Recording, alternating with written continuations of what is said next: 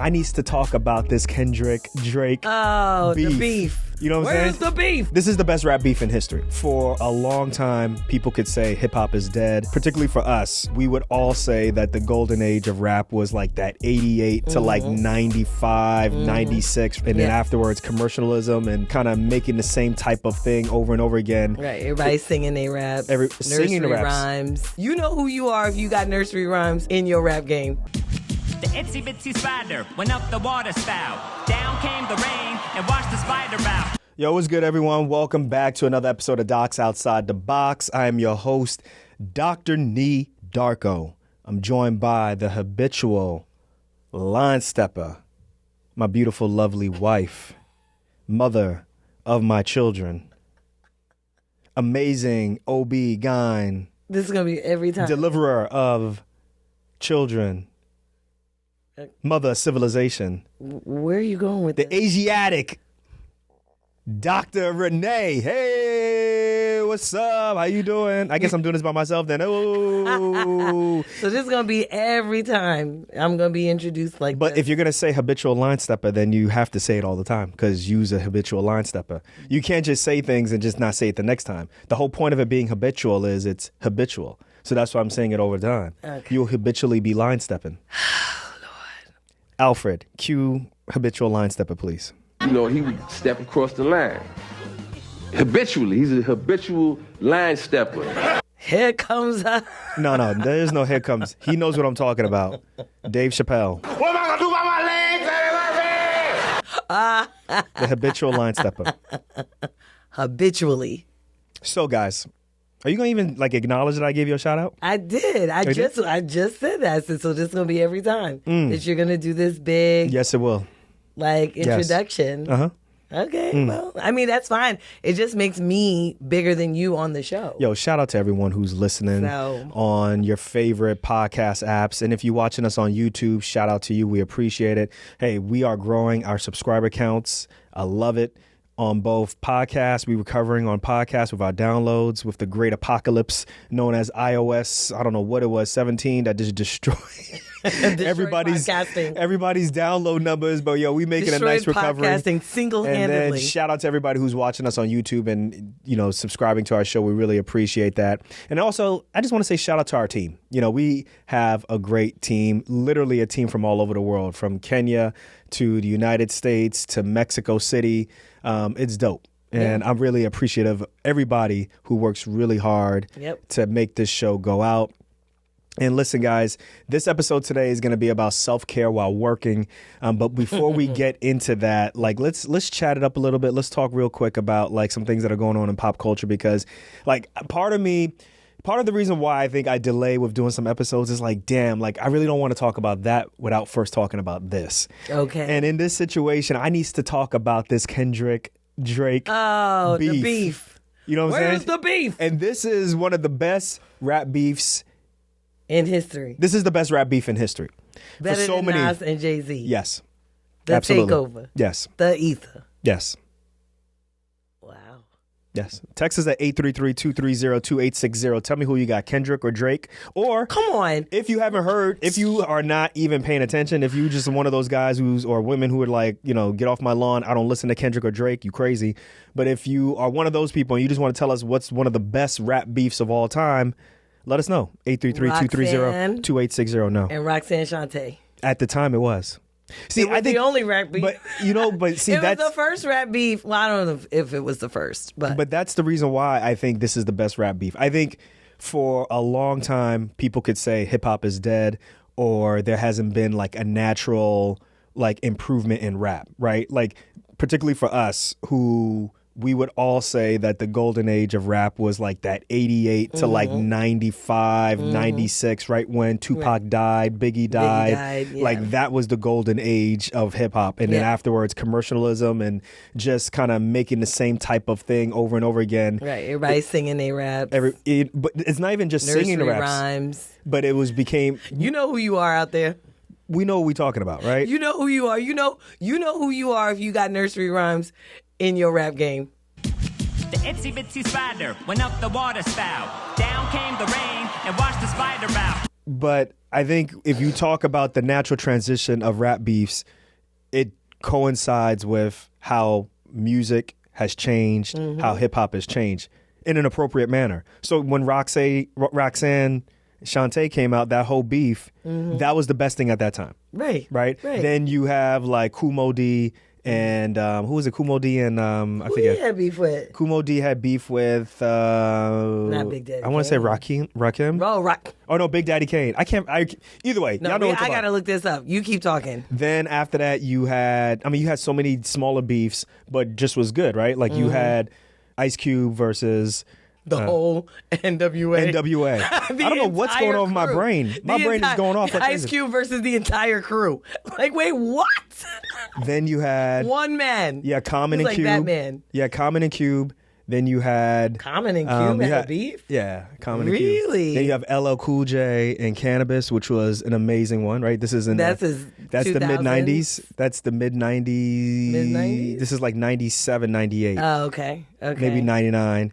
And then obviously, I think the apex was Jay-Z and Nas. Mm-hmm. But that's different than how it is now, right? Like you have literally 20-something years later, better beats, better rapping, the stakes are higher. And in essence, like it puts rap and hip hop right in the center of music, which is where it's at right now. That wasn't the case in the late 90s. That wasn't the case when Jay-Z and Nas were. Oh, snap. No, it was LL versus Kool Moe Dee. I think that was one of the beefs. Kool Moe Dee and KRS-One. LL has had several beefs. Kool Moe Dee and KRS-One, I think, was the first one. Oh, KRS-One. Actually, KRS-One declared war on, I think, almost everybody. And he won. When he first came out. And he won. So, yeah, he was like, all of the boroughs, I'm going to beat you because the Bronx. So anyway, who do you have winning Kendrick versus Nas? Who do you have? Come on, Nee, are we seriously taking a poll here?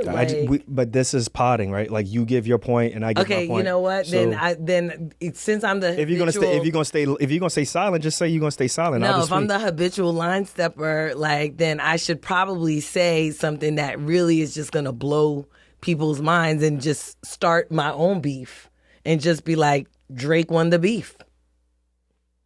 Okay. Now, text us. What's that number again? 833-230-2860.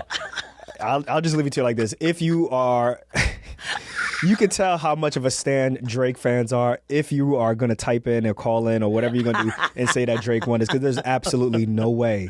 There's no way that you can sit here and with a straight face and say that Drake won this. He got spanked so bad. And the reason why I think it's a really bad, this is the best rap beef of all time, is he is basically the biggest star in the world right now, musical wise. Okay. Who's bigger than him? Taylor Swift, probably. Yeah, but it's close though. He's shaking it off. But it's close though, right? Like when we talking Jay-Z and Nas, right? Like they were the biggest rap stars. Drake is the rap star, but he's also the biggest one, the biggest musician out there in top 3. And we're splitting hairs, right? And, so like, I just think that for someone like Kendrick, who's a recluse, who stays in he minds his business, to come in and just mollywop him like that. Oof, man. But listen, for me, it was amazing. It was amazing. Like the tone that Kendrick can take, the change in tonality, the beats, like he's just on a different page. But let's talk about the level of personal business that has just, I felt like I was literally watching a Jerry Springer episode with as much tea as was spilled between the two of those. That didn't move me as much though. Because you can't prove any of that stuff. I'm not saying you can prove it, but I'm saying that to me is not necessarily what rap beefs are all about, unless you talk about Biggie and Tupac.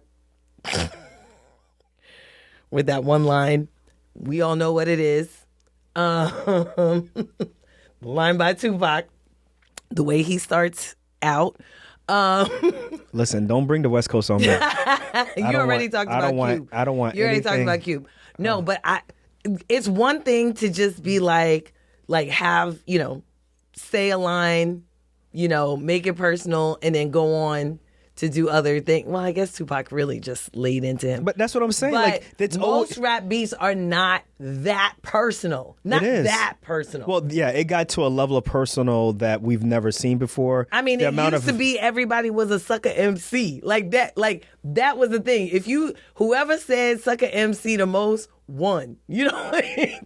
But this is why I'm telling this is the best rap beef ever, because the amount of personal investigative journalism that they had to do to get this information. Crazy. And they both have a lot to lose. So a lot of times when people are at the top of their game, they won't go at each other just because of that, right? You saw that with J. Cole. Mm-hmm. J. Cole's like, stage left, I ain't going through this. I'm not built for this.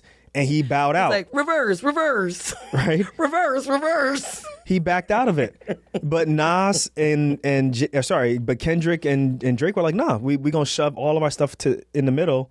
And look, whether or not any of that tea is real or not, we'll never know. It doesn't matter. But for me, it doesn't matter, because for me, it's all about how well you rapped it, how well you made the beat. Is it catchy? And the thing that's ultimately, look at Kendrick's, the what's the one that's from the, I forget the name of it. I can't believe I'm blanking on it. Why are you blanking? I was just listening to it tonight. They not like us. Not like us.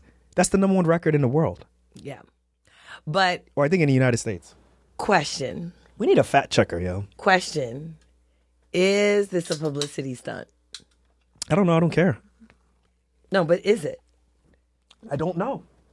Like, all of that stuff, it could be very much a publicity. I mean, I think definitely. Well, a lot of it is publicity, because you got to get the people going, right? In order. But why? Why does Drake have to get the people going? He's at the top of his game. Everybody knows him to be the best. So why does he have to go after Kendrick? He doesn't have to. So, but that's why I'm saying, is this a publicity stunt? But I'm asking, that's why I don't really think so. Because I think Drake, why would someone, I can see Drake being very arrogant. If you're at the top of your game and you're essentially, selling out, all kinds of places, and you're making so much more money, then why even do this? Why do what? Like, why go after Kendrick?